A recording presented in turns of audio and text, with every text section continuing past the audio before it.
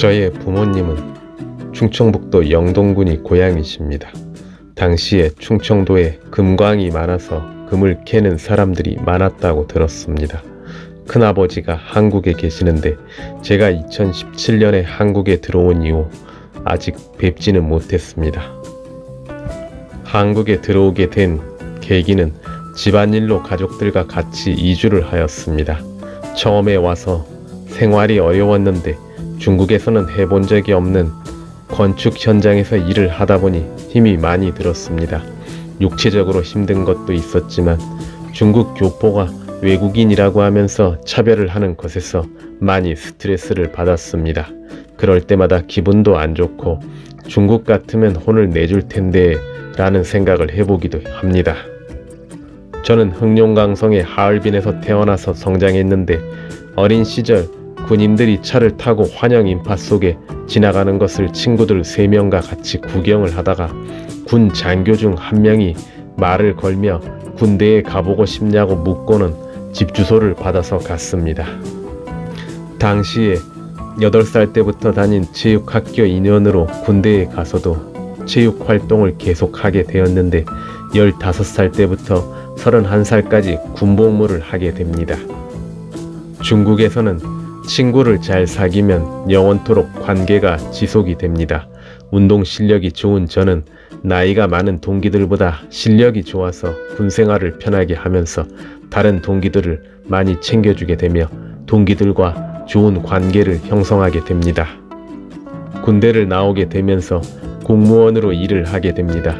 차량 관리를 하는 운수대에서 업무를 보게 되었는데 일본에서 온 수입 차량을 중심으로 다양한 차종을 12,000여 대 정도 관리를 하는 담당자가 됩니다. 수입 차량 배정을 많이 받는 것이 중요한데 중국 전체의 수입 차량을 관리하던 담당자가 군대 동기였습니다. 그 친구는 부모님들도 직급이 높았습니다. 운수대의 상급자가 수입 차량 문제로 많이 어려워한 적이 있었습니다.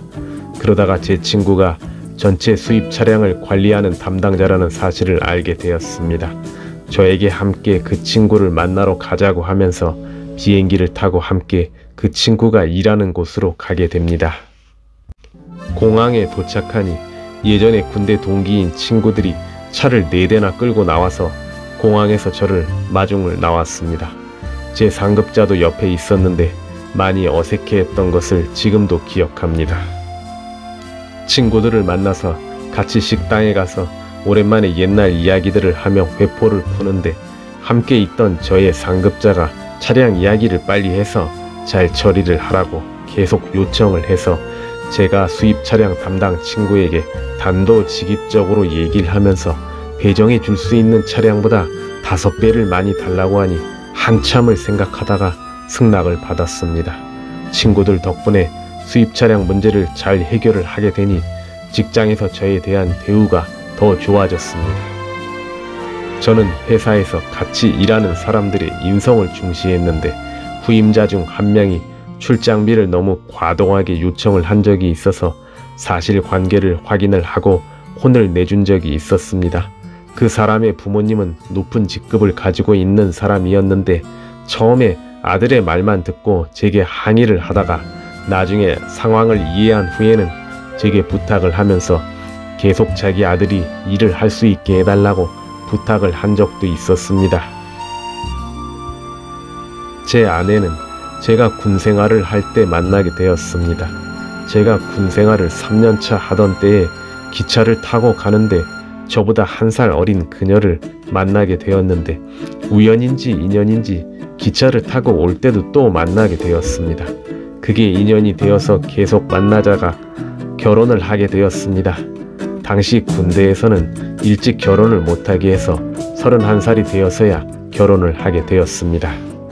제가 아는 사람들 중에는 한국 생활보다 중국을 많이 그리워하면서 중국으로 다시 돌아가자고 하는 이들이 있습니다.